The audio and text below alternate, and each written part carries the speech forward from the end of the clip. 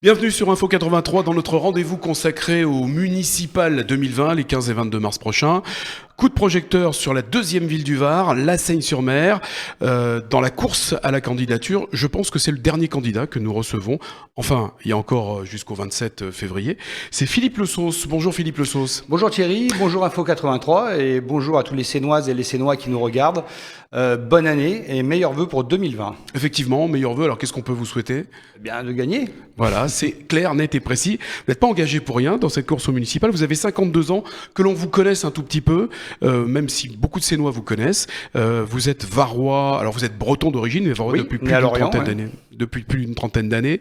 Vous êtes donc breton, né à Lorient, donc ça veut dire venu ici dans le sud, marin forcément. Tout à fait, j'étais oreille d'or en fait, j'étais membre des forces sous-marines pendant 17 ans.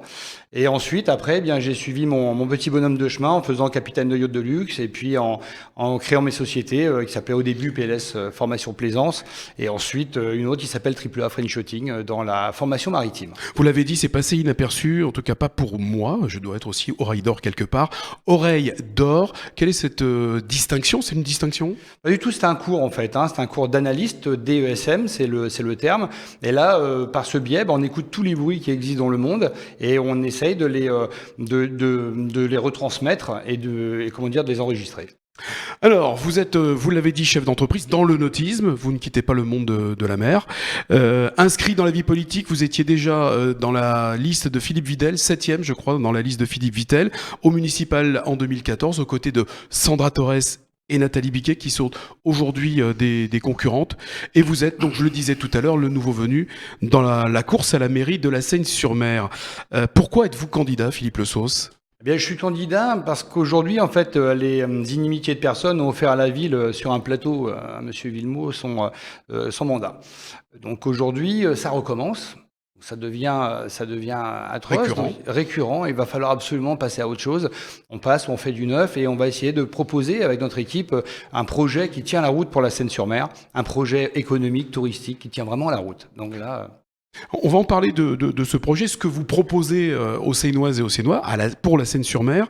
On va revenir donc sur le maire sortant, Marc Villemot, qui a, on va dire, à quelques heures de la vôtre, proposer aussi sa candidature. C'est donc une troisième mandature, alors qu'il avait annoncé qu'il ne ferait qu'un mandat. Alors pour vous, vous analysez comment cette situation, même si vous avez donné déjà une petite réponse ? Bien, sa permanence, c'est juste à côté de la mienne. C'est assez drôle. Et en fait, il a toujours annoncé qu'il était le rempart contre le Front National. Donc aujourd'hui, il est dans sa ligne directe et sa ligne correcte de pensée. Donc c'est tout à fait logique. Un petit mot sur la... Alors c'est une candidature qui n'est pas une candidature unique, c'est une candidature, on va dire, bicéphale. Un petit mot sur ce type de candidature ? En fait, la candidature... Pas du tout ? Non, pas du tout. Non, il n'y a rien à dire de particulier. On a une équipe parfaite qui va se mettre en place. Après, effectivement, on a des différentes équipes qui ont une parfaite connaissance du terrain, qui sont là depuis très longtemps. Et puis, à partir de là, on va essayer de faire en sorte que ça fonctionne. Alors, vous partez dans la course au municipal. Votre liste est faite ? Ma liste est faite. Il me reste encore quelques personnes à faire entrer dans la liste, en fait, puisqu'on a quelques défections de part et d'autre, et donc les gens arrivent chez nous au fur et à mesure. Et quand on est Philippe Le Sauce, on a, on va dire, une expérience, mais une petite expérience en politique. On a du mal à constituer une liste, ou bien on arrive à fédérer. Alors étonnamment, non. C'est-à-dire que on a vraiment la chance d'avoir un soutien assez important de la part de la population sénoise, puisque déjà par le biais de ma fonction, du métier que j'opère aujourd'hui dans le monde maritime, il y a plus de 2000 personnes qui ont passé le permis bateau déjà au sein de ma société. Parce que c'était votre activité principale. C'est mon activité principale, et donc chacun vient en connaissance de cause. C'est que je suis pro-européen ainsi que l'ensemble des membres de la liste. Donc derrière, nous sommes en paix depuis 75 ans grâce à l'Europe. Elle est perfectible, il y a des tas de choses à revoir, mais nous sommes en paix depuis 75 ans, faut pas l'oublier. Et c'est pas pour revenir des frontières, à faire un Frexit comme on l'entend aujourd'hui, c'est complètement ridicule. Enfin, ça, c'est mon opinion. Voilà, donc on doit revenir sur autre chose. Le drapeau européen va être l'emblème de votre campagne pour ces municipales ? Non, drapeau français, ce serait bien, on adore ce drapeau, le drapeau français, mais à côté, on doit avoir une France forte dans une Europe forte. Après, la mairie, ça n'a rien à voir, hein. On est sur des élections municipales. Mais on doit être dans cette optique. Alors pour la mairie, enfin pour La Seyne-sur-Mer, qu'allez-vous proposer aujourd'hui, par exemple? Que faut-il pour vous changer à La Seyne-sur-Mer, à part Monsieur le maire? Vous allez me répondre certainement. Oui. Que faut-il apporter? Que faut-il changer à La Seyne-sur-Mer? Marc est sympathique, hein, mais bon, aujourd'hui, il faut passer à autre chose. Il a mis une idéologie en place, on a vu que ça fonctionnait pas, il faut passer à autre chose. Aujourd'hui, La Seyne-sur-Mer, quand on parle de La Seyne-sur-Mer, Thierry, qu'est-ce que la première idée qui vient à l'esprit? La Seyne-sur-Mer? Sur mer, bien sûr, donc Ouais. c'est tourné vers la mer. En général, quand on parle de la Seine, plutôt... Vous me posez la question Oui, directement, ouais. je dirais que c'est l'image de La Seyne-sur-Mer. Ah, exactement, c'est ça en fait en premier qu'il va falloir changer. Cette image est à changer puisqu'aujourd'hui l'image est désastreuse. En parlant de la Seine-sur-Mer, quand on entend ce mot, enfin surtout ce nom, eh bien on pense à la délinquance, on pense à des meurtres par balle, on pense à tout ça qui ont existé évidemment et qui existent toujours, mais il va falloir changer ça. Aujourd'hui la Seine-sur-Mer c'est une station balnéaire. Aujourd'hui nous avons des plages, on a 26 km de côte, on a 722 hectares de forêt, on a le soleil toute l'année. Bon, il va falloir penser à ça quand même. On a une station balnéaire. Donc il faut montrer le beau et le merveilleux à la Seine-sur-Mer avant de commencer à mettre en avant en fait ce qui existe partout, hein, dans toutes les grandes villes, puisqu'on a une grande ville quand même, hein, 80 000 habitants, enfin 64 620 habitants. On est à moins de 80 000 habitants, on a cette ville qui doit exister, et aujourd'hui on va faire de la publicité sur cette ville-là. Ce qui ressort aussi des petits sondages que l'on peut faire et des discussions que l'on a entre nous, c'est qu'il ne se passe rien à La Seyne-sur-Mer. Parce que vous êtes partisans aussi, vous faites partie des gens qui reprochent à Marc Villemot son inaction finalement. En fait, tout s'installe au fur et à mesure, d'une manière ou d'une autre, mais dans une cacophonie générale.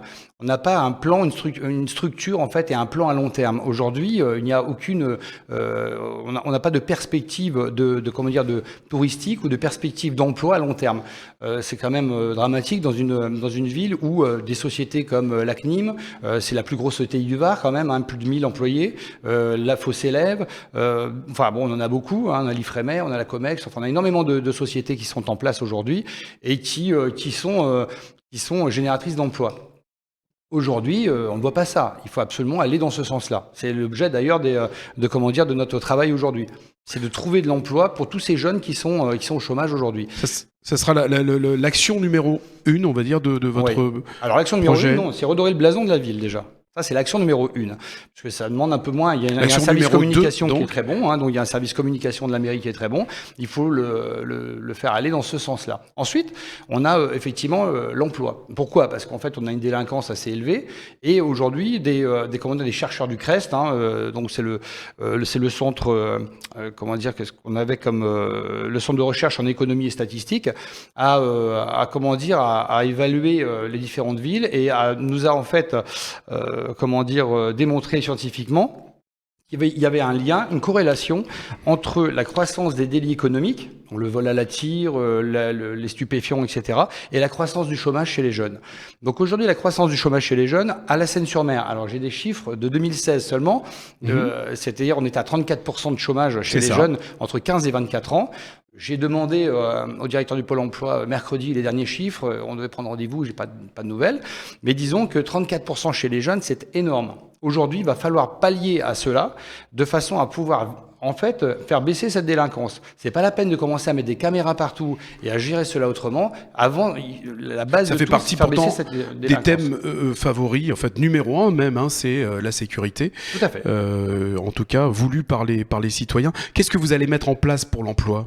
Alors, et qu'est-ce que vous proposez donc, pour revenir sur votre question, c'est effectivement tout le monde parle de sécurité, mais on parle des conséquences, c'est-à-dire la mise en place de caméras, etc., une police plus armée ou autre chose, mais on parle pas des causes. La cause est importante. La cause, c'est le chômage. Si on fait baisser le chômage, on fait baisser la délinquance. Maintenant, c'est prouvé scientifiquement. On doit arriver à ça. Donc, pour ce faire, il faut absolument une adéquation entre les entreprises Pôle emploi et la mairie. Même si la mairie à la base n'est pas pourvue pour cela, n'est pas dédiée à ça, il faut absolument que la mairie en fait mette en adéquation tous les acteurs économiques du Var, puisque on peut très bien travailler sur la Seine, mais on peut aussi travailler à Toulon, etc. Donc il faut absolument mettre en adéquation tout ça pour faire baisser ce chômage. Donc la première cause, c'est le chômage. C'est ça qui va baisser. Vous avez déjà commencé à prendre des contacts avec les chefs d'entreprise ou pensez à faire venir d'autres entreprises? Oui, effectivement, aujourd'hui, j'ai la chance de côtoyer énormément de chefs d'entreprise, que ce soit, et puisque par le biais du monde maritime, en fait, on retrouve les chantiers navals, on retrouve les grandes sociétés comme ETI dont j'ai parlé tout à l'heure, c'est-à-dire que les établissements de taille intermédiaire comme la CNIM, oui, tous ces chantiers, on les connaît. Mais il faut absolument aujourd'hui se rendre compte de la réalité des choses. 34% de chômage chez les jeunes, aujourd'hui, ça n'est pas normal. Ça sera donc l'emploi qui sera effectivement avec, bien sûr, après avoir redoré l'image de la ville, l'emploi. Qu'est-ce qu'il va y avoir de nouveau sous l'ère Philippe Le Sauce à la Seyne-sur-Mer? Qu'est-ce qui sera... Le respect. Respect pour la Seine, c'est le nom de la liste. Respect pour la Seine, on va essayer. Ça va être long, je pense, mais il va falloir absolument mettre en place tout un système pour que la ville soit respectée. Si la ville est respectée, ses habitants sont respectés. Il va falloir à un moment donné amener les habitants à ne plus s'insulter devant les grilles des écoles, comme ça l'est aujourd'hui, à se comporter convenablement entre eux. Donc il va falloir en fait respecter les institutions, donc les écoles, la police, tout ce qui est docteur, infirmière, etc. qui se déplacent. Il va falloir absolument respecter tout le monde. Aujourd'hui, on peut mettre des panneaux en place pour effectivement prévenir les gens que c'est un délit en fait d'insulter les gens en pleine rue, c'est un délit. Aujourd'hui, on ne peut pas le faire, quoi. La rééducation en fait d'une certaine partie de la population. Oui, c'est pas la rééducation, mais tout simplement de montrer les lignes rouges. Aujourd'hui, on ne peut pas les dépasser, quoi. C'est-à-dire, on peut s'exprimer convenablement sans être obligé d'insulter le voisin. Et surtout ne pas insulter les gens qui sont en train d'exercer un métier comme professeur, docteur, infirmier, pompier, etc. On doit passer à autre chose. Quand est-ce que sera présentée votre liste et quand est-ce que sera présenté votre programme? Alors nous avons jusqu'au 27 février pour présenter la liste. Le programme, en gros, jusqu'au 15 février, mais nous allons le présenter début février. Donc ça va être mis en place. Pour revenir sur la sécurité tout à l'heure, donc évidemment nous avions la baisse du chômage était un des facteurs majeurs de la lutte contre la délinquance. Après, évidemment, il y aura un système de caméras. Aujourd'hui, Monaco est mon exemple. C'est-à-dire qu'on a une police agréable qui répond aux attentes de ses concitoyens. Ce n'est pas la lutte, la chasse au PV, etc. Il faut absolument que les gens puissent se sentir éduqués et surtout informés avant d'en arriver à quelque chose de plus important. Et après, on aura des amis à quatre pattes qui sont très performants et qui pourront être déplacés de façon à trouver de la drogue et trouver des explosifs. Dernière question, Philippe Le Sauce, en fonction de votre score au premier tour, bien sûr. Oui. Quelle sera votre position, votre attitude pour le second? Si on est en majorité, il n'y a pas de problème. On continue au deuxième tour, donc ça sera parfait. C'est ce que je vise. Si on exclut ce cas de figure. Si on exclut alors ce cas de figure. Pas qu'il ne peut pas se passer, c'est que donc la question elle est plutôt en cas de justement de non accession au premier tour. Non accession au premier tour, effectivement, mais il faut absolument, premier tour, on ira, j'espère bien, ça c'est le but. Maintenant, après, il faut passer. Donc, il faut absolument que des forces se mettent en adéquation pour pouvoir aller plus loin. Ça, c'est important. Alors, on est plus sur des forces centristes, en fait, aujourd'hui. Il va falloir que les groupes s'entendent et nous verrons à ce moment-là, entre les différents partenaires, enfin les différents concurrents aussi, voilà. C'était une question prématurée, mais une question qu'il fallait poser. Vous avez raison.